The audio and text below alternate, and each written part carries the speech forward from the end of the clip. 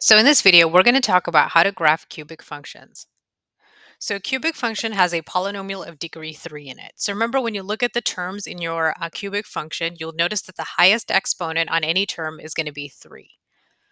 So let's go ahead and graph the cubic parent function in Desmos and use this table to recreate the graph for ourselves. So to type in x cubed, I'm going to do x, and then I can do the caret from my keyboard and type 3, or I can go down here to the keypad in Desmos and choose a to the b and type 3 as the exponent. Then I'm going to click this edit list button, and then I'm going to choose table to get that table of values. So I can go ahead now and fill this in over here. So I have -8, -1, -1, 0, 0, 1, 1, and 2, 8. I'm going to plot these points in my graph here. And then when you connect these points to create your graph, you can use Desmos to give you an idea of what the shape is supposed to look like. So it kind of goes like this, and then it kind of turns, and then it goes down this way. Okay, so that's going to be the cubic parent function f of x equals x cubed. So let's look at some key characteristics of the cubic function. Domain and range, intercepts, maximum and minima, and symmetry. So remember, the domain is all possible x values and the range is all possible y values. If we look at a cubic function, okay, so for example, let's look at this different cubic function here, x cubed minus 3x minus 2. This one will have a domain of all real numbers. You see how this goes on forever in x, and also every y value is included, okay? So the domain and range of cubic function is going to be all real numbers. So we're going to go from -infinity to infinity, and the range is going to go from -infinity to +infinity. Key characteristic we're going to talk about is intercepts. Remember, the x-intercept is where the graph crosses the x-axis, and the y-intercept is where the graph crosses the y-axis. So let's now look at this cubic function, x cubed minus 3x minus 2, and identify the intercepts. So if I zoom in here, I can click on the x-intercepts, and Desmos will tell me the coordinates. So this will have x-intercepts at -1, 0, and 2, 0. And then if I click on where it crosses the y-axis, Desmos tells me that the y-intercept is at 0, -2. When we talk about cubic functions, we can also talk about local maximum values.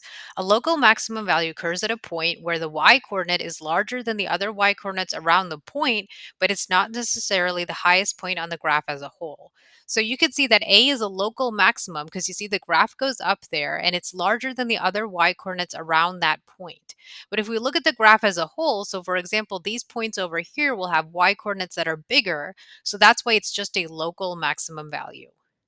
Similarly, we can have a local minimum value at a y-coordinate that's smaller than the other y-coordinates around a point. So for example, this point B right here is a local minimum, but it's not necessarily the lowest point on the entire graph, because you can see these y values right here are going to be lower than this point.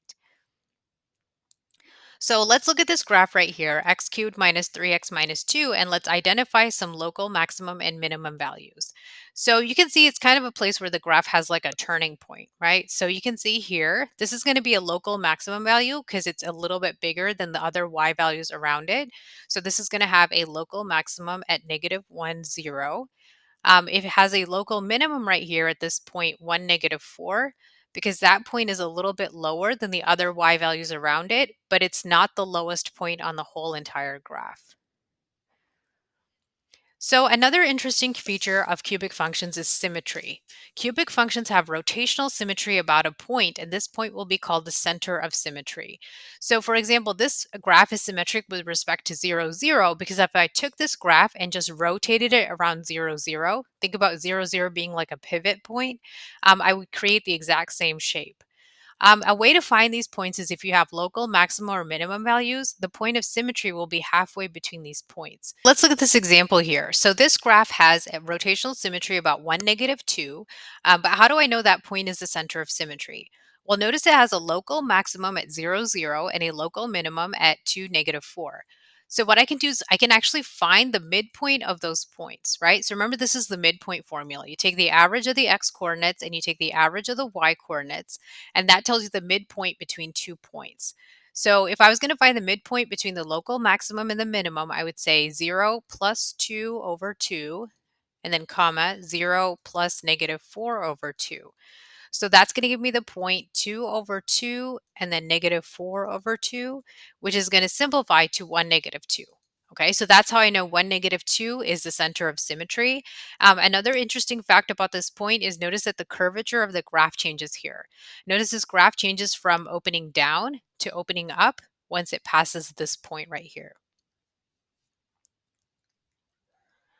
So now let's figure out how to identify the center of symmetry of a cubic function. So let's try this different cubic function now. We have x cubed and then we have minus 3x plus 1. Okay, so always look for the local maximum and minimum. So I have a local maximum at -1, 3 and a local minimum at 1, -1. So I'm going to write down those points, -1, 3 and 1, -1. And I can find the midpoint of those 2 points, right? So I can do -1 plus 1 over 2, and then I can do 3 plus -1 over 2. So that's going to simplify to 0 over 2, comma 2 over 2, which is going to simplify to 0, comma 1. Okay, so it's going to be symmetric about the point 0, 1. You can actually see that point on the graph. If you click on it, it's going to be the center of symmetry of this graph. So now let's try a different cubic function and let's describe all of its key features. So here we have f of x equals x cubed minus 3x squared plus 4, and let's describe all the key features. So the domain and range, you're going to notice that the x values go on forever, and so do the y values. They're both going to be negative infinity to positive infinity because they're going to be all real numbers. For the x-intercepts, we're just going to click on the points in Desmos. So we have the x-intercepts at -1, 0 and 2, 0. The y-intercept is going to occur where the graph crosses the y-axis, and that's going to be at 0, 4.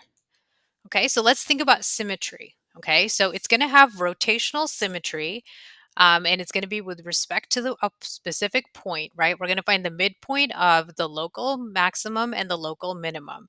So you can see the maximum and minimum, and actually these 2 points, they're actually 0, 4 and 2, 0.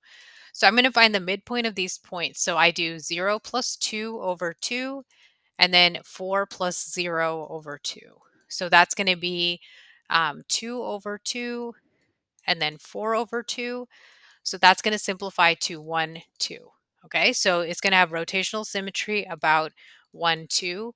If you click on that point 1, 2 in Desmos, you can see that's kind of like a point where the curvature of the graph changes. It has a local maximum at 0, 4 and it has a local minimum at 2, 0. Okay, so those are all the key features of this cubic function. So now you can go ahead and pause the video and try describing the key features of this cubic function on your own. So here we can see we have the graph of this cubic function. So it has a domain and range of all real numbers. The x-intercepts, if we click on them, we can see they're at 1, 0 and 4, 0. If we click on the y-intercept, we can see it's at 0, -4. So to identify the rotational symmetry, remember first we want to do the local maximum and minimum. So the local maximum is right here at 1, 0. The local minimum is here at 3, -4. So if I do the average of these 2 points, like 1 plus 3 over 2, that's going to be 4 over 2.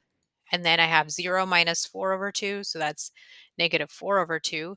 That's going to simplify to 2, -2. And so that's how I know that that's the center of symmetry of this graph.